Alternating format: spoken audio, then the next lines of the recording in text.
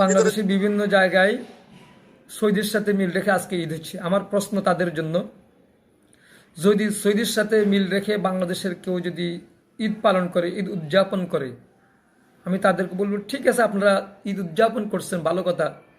সৌদির সাথে মিল রেখে আপনারা যে সৌদির সাথে মিল রেখে ঈদ করতেছেন, আজকে যে মাহে রমজানের যে পুরা 30টা রোজা আপনারা রাখছেন,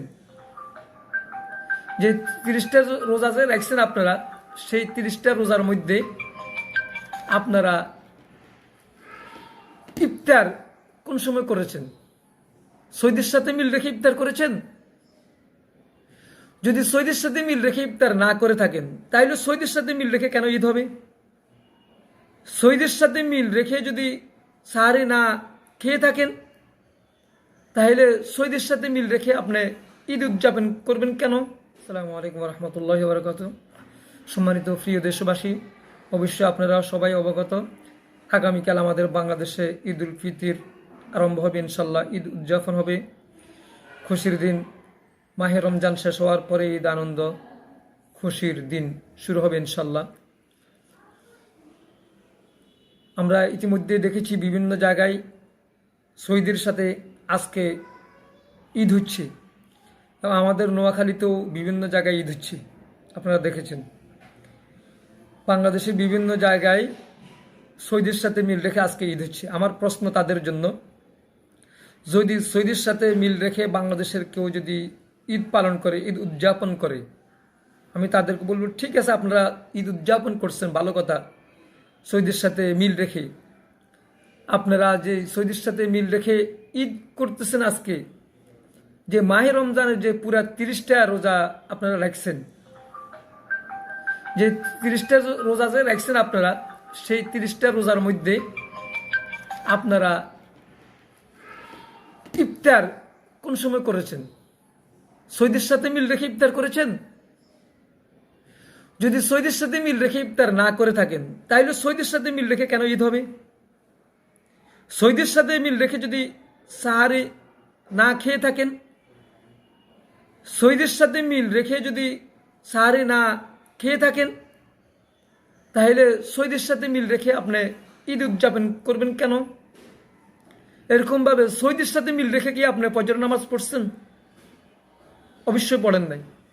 আপনি সৌদির সাথে মিল রেখে কি মাগরিবের নামাজ পড়ছেন? অবশ্যই পড়েন নাই। তাইলে সৌদির সাথে মাগরিবের নামাজ পড়েন না, আপনি সৌদির সাথে মিল রেখে ঈদ উদযাপন কিভাবে করলেন?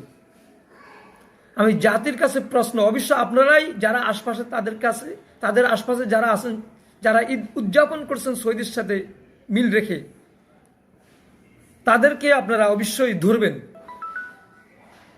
যেমন সৌদিতে যদি মাগরিবের নামাজের সময় হয়, সৌদিতে মাগরিবের নামাজের সময় হয় 6টা, সৌদিতে মাগরিবের নামাজ 6টা বাজে হইলে আমাদের তো আর 3 ঘন্টা আগে মাগরিবের নামাজ হয়ে গেছে। তারা সৌদির সাথে মিল রেখে কি ইফতার করছে, নাকি আমাদের সাথে মিল রেখে তারা ইফতার করছে? যদি আমাদের সাথে মিল রেখে যদি ইফতার করে থাকে, তাহলে সৌদির সাথে মিল রেখে তারা ঈদ কেন করবে? কারণ সৌদি যদি 6টা বাজে যদি মাগরিবের নামাজের সময় হয়, এরপরে ওই 6টার সময় বাংলাদেশ সময় 9টা হয়, 3 ঘন্টা ব্যবধান, 9টা। তাইলে তারা ইফতার করলে আমাদের সাথে সৌদির থেকে 3 ঘন্টা আগে, সৌদির থেকে কি 3 ঘন্টা আগে সাহারি খেয়েছি। আমাদের থেকে 3 ঘন্টা পরে সৌদি হয়, আমরা আগে থাকি সবসময়। তাইলে আমাদের সাথে মিল রেখে ইফতার করছি, সাহারি খাইছি, কিন্তু ঈদের বেলায় আসি তাদের সাথে মিল রেখে কি করতেছি? ঈদ করতেছি। তাইলে এগুলোর কি করা উচিত? যারা আশপাশে আপনারা আছেন, তাদেরকে প্রশ্ন করে, তাদের ধরতে পারেন না, তাদেরকে কত ছুটতে পারেন না? ইফতারটা করলো আমাদের সাথে, কিন্তু ঈদটা করলো তাদের সাথে মিল রেখে। আমাদের ইফতার হয় কি তাদের 3 ঘন্টা আগে, সৌদির 3 ঘন্টা আগে আমাদের ইফতার হয়, আর তাদের আমাদের 3 ঘন্টা পরে ইফতার হয়। তাইলে 3 ঘন্টা আগে আমাদের সাথে ইফতার তারা করলো। এরপরে সৌদিরও 3 ঘন্টা আগে আমাদের সাথে সাহারি খেয়েছি। সৌদি আমাদের 3 ঘন্টা পরে সাহারি খাই, তাদের শেষ সময় হয়, সাহারির শেষ সময় 3 ঘন্টা, আমাদের 3 ঘন্টা পরে, আমরা তাদের 3 ঘন্টা আগে, সাহারির শেষ সময় আমাদের। তাইলে সব কিছু আমাদের সাথে মিল রেখে তারা করলো, ইফতারও আমাদের সাথে টাইম ঠিক রেখে করলো। যদি তাদের সাথে মিল রেখেই করতে হয়, তাহলে তো এশারের নামাজের সময় করতে হবে, রাত 9টা বাজে ইফতার করতে হবে তাদেরকে। আর সাহারের শেষ সময় হবে তাদের দিনের 8টা। যারা বাংলাদেশে এই সৌদির সাথে মিল রেখে ঈদ উদযাপন করছে তাদের উদ্দেশ্যে আমি বলছি, আপনারা যারা আশপাশে আছেন তারা কি বাংলাদেশ টাইম সকাল 8টায় সাহারের শেষ সময় করছে না আমাদের সাথে করছে দেখবেন। আর তারকে ইফতার সৌদির সাথে মিল রেখে রাত 9টা বাজে করছে নাকি আমাদের সাথে করছে। যদি আমাদের সাথে ইফতার করে থাকে তাদেরকে ধরবেন, তাদেরকে চুরাইবেন, পিটাইবেন। কেন বাংলাদেশে তারা এরকমভাবে তারা বিভ্রান্তি সৃষ্টি করতেছে। আর যদি তারা সারে আমাদের সাথে খেয়ে থাকে তাও তাদেরকে ধরবেন। নামাজ আমাদের টাইমে তারা পড়ে কিনা সেটা লক্ষ্য করবেন।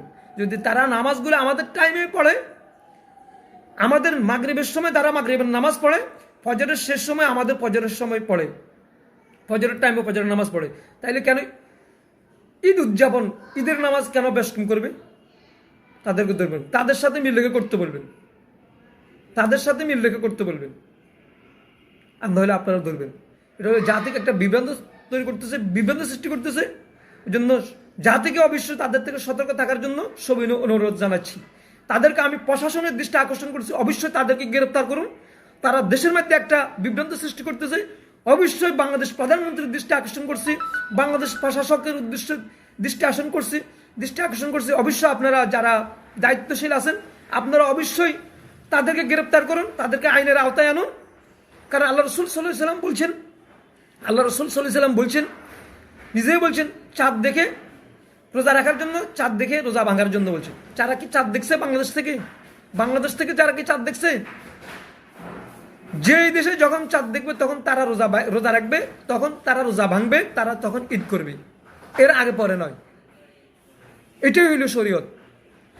এক দেশ চাঁদ দেখছে আরেক দেশে কি ঈদ করবে? এটা তো হয় না।